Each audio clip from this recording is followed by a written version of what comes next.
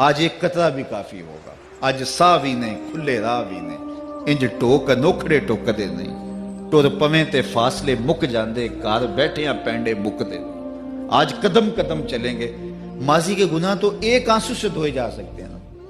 وہ ایک فقیر تھا، بازار میں کھڑا رو رہا تھا، تو کسی نے روک کے کہا بابا کیا ماجرا ہے، کسی نے مارا ہے، کیوں رو رہے ہو؟ اس نے کہا نہیں کوئی ایسی بات نہیں، ان لوگوں کے رویے نے رلا دیا۔ کہا کیا مطلب؟ کہا بازار سے گزر رہا تھا، ان لوگوں کو دنیا میں کھوئے ہوئے دیکھا تو میرے دل میں ترس جاگا، تو میرا خیال یہ ہوا کہ ان بندوں کی رب کی صلح نہ کروا دوں۔ تو میں نے پھر اس سے بات کی، تو آواز آئی ٹھیک ہے لے آ ان کو میری چوکھٹ پہ، ایک آنسو سے سارے گناہ معاف کر دوں گا۔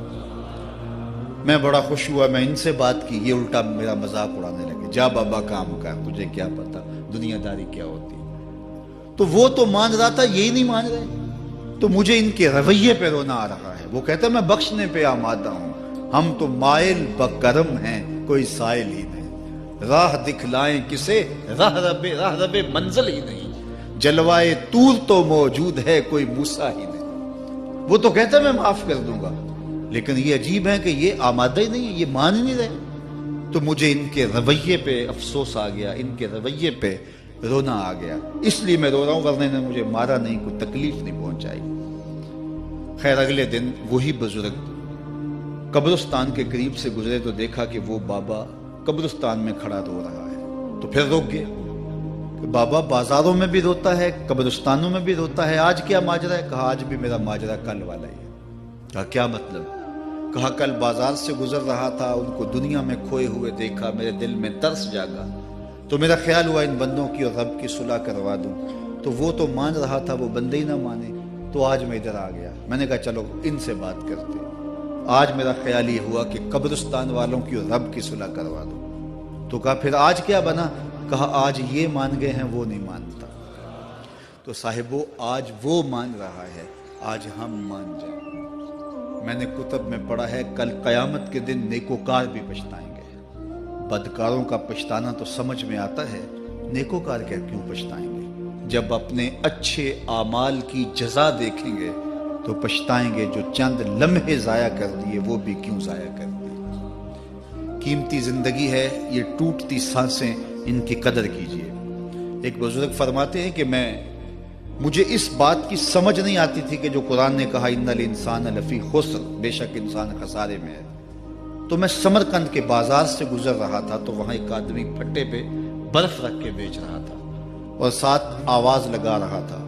آج کل تو یہاں وہ پاپڑ بیچنے والے بھی کوئی آواز لگاتے، تو وہ برف کے اوپر، برف پھٹے کے اوپر رکھ کے بیچ رہا تھا اور ساتھ آواز لگا رہا تھا۔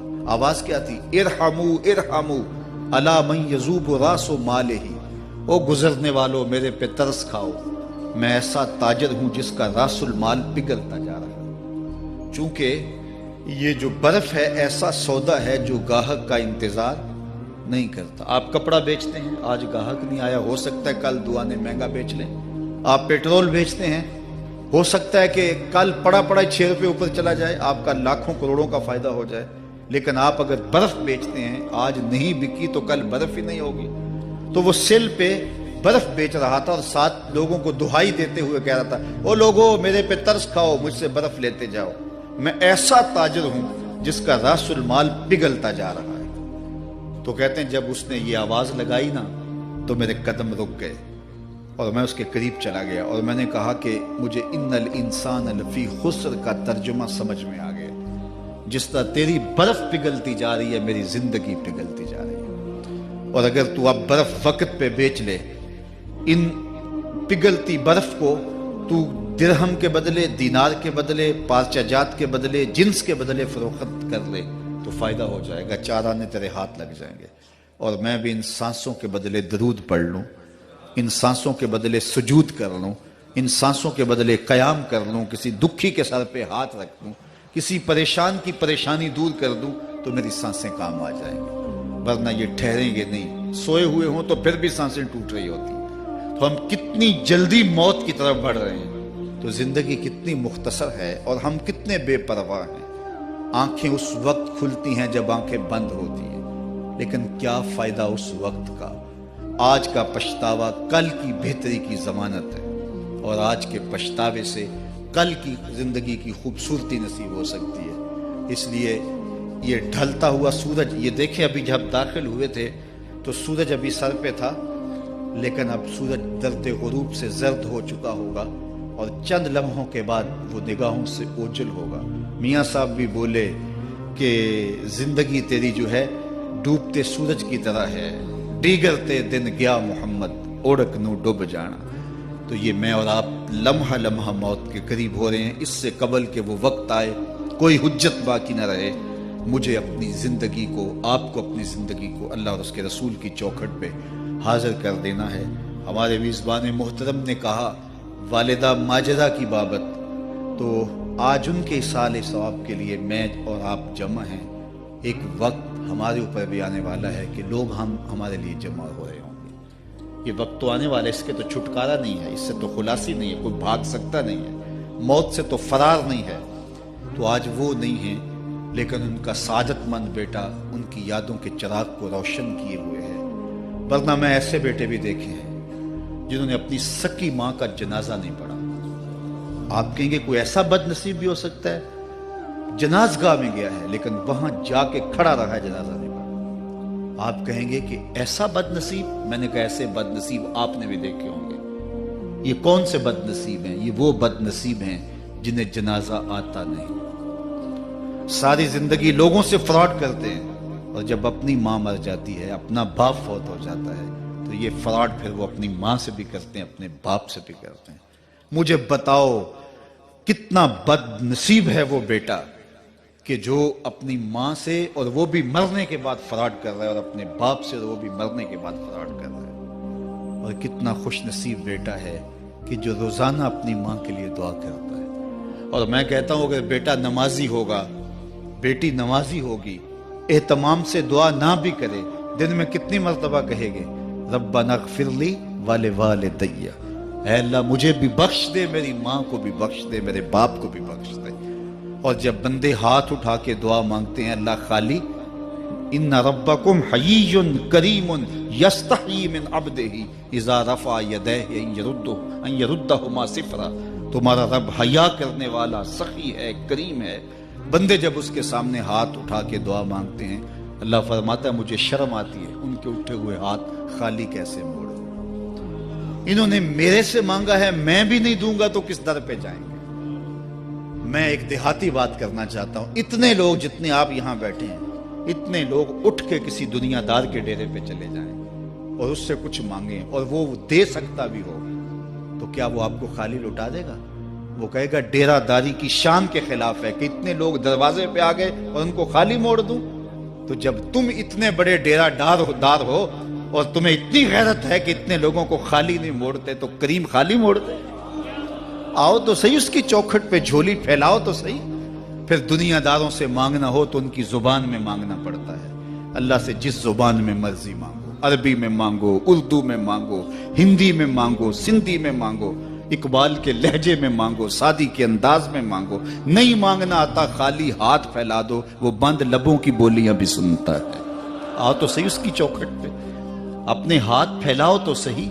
دنیا داروں سے مانگے تو ناراض ہوتے ہیں، خدا سے نہ مانگو تو ناراض ہوتا ہے۔ اللہ کل ما یابو بکم ربی لولا دعاؤکم، آؤ نا اس کی چوکھٹ پہ، دستے طلب دراز کرو۔ دنیا داروں سے مانگنے کے لیے وقت چاہیے۔ اس وقت تو صاحب سوئے ہوں گے، اس وقت تو ناشتہ کر رہے ہوں گے، اس وقت تو بیوی بچوں کے ساتھ مشغول ہوں گے، لیکن اللہ سے جب بھی مانگو، پچھلے پہر کنڈی کھڑکاؤ، در رحمت کھلا پاؤ گے۔ دن کو مانگو، رات کو مانگو، مانگو تو صحیح، وہ تو اتنا کریم ہے۔ اچھا بت کو سامنے کھڑا کیا ہے اور زلیخا ہاتھ جوڑے بت کے آگے پکار کرتی ہے، روزانہ سے شام کھڑی ہو جاتی ہے، یا صنمی یا صنمی، اے میرے بت، اے میرے بت، بچھڑا ہوا یوسف ملا دے۔ سحر دم تک پکارتی رہتی، عمر بیت گئی، چہرے پہ جھریاں آ گئیں، بڑھاپا طاری ہو گیا۔ ایک دن رات کا پچھلا پہر ہے، بت کے آگے ہاتھ جوڑے یا صنمی کا وظیفہ پڑھ رہی ہے۔ اچانک نیند کا جھٹکا آ گیا، زبان بل کھا گئی، بولی یا سمادی، یا سمادی۔ کہا جبریل جلدی جا، یوسف کے گھوڑے کا رخ موڑ دے۔ یا اللہ تجھے تو نہیں پکار رہی، وہ تو بت کو پکار رہی ہے۔ زبان بل کھا گئی، یا صنمی کی بجائے یا سمادی کے لفظ زبان پہ آ گئے۔ کہا جبریل اتنا عرصہ ہوا بت کو پکارتے ہوئے، اس نے کوئی جواب نہیں دیا، آج جیسے بھی اس کے لبوں پہ میرا نام تو آیا ہے، اگر میں نے بھی جواب نہ دیا میرے اور بت میں فرق کیا ہوا؟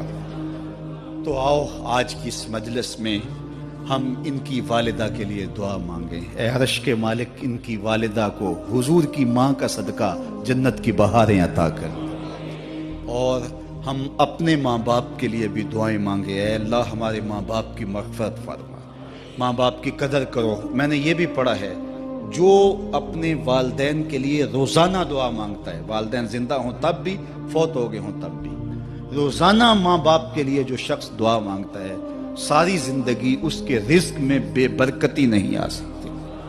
تو اپنے ماں باپ کو اگر زندہ ہیں تو قدر کرو، فوت ہو گئے ہیں تو ان کے لیے کثرت کے ساتھ دعا کرو۔ یہ گھنا سایہ ہے۔ کبھی آپ نے درخت کو دیکھا ہے کہ ساری دھوپ اپنے پتوں میں جذب کرتا ہے اور نیچے بیٹھنے والوں کو چھاؤں دیتا ہے؟ ماں باپ سارے دکھ اپنے اوپر لیتے ہیں، اپنی اولاد کو آسائش اور راحت پہنچاتے ہیں۔ قدر نعمت زوال نعمت کے بعد ہوتی ہے، جب نعمت پاس ہو تو قدر نہیں ہوتی، جب چھنتی ہے تو پتہ چلتا ہے کہ کتنی بڑی دولت تھی جو چھن گئی۔ میں تو آپ کیا، میری اور آپ کی حیثیت کیا، ماں کی کمی تو آمنہ کے لال نے بھی محسوس کی ہے۔ ایک دن حضور مسجد نبوی میں تشریف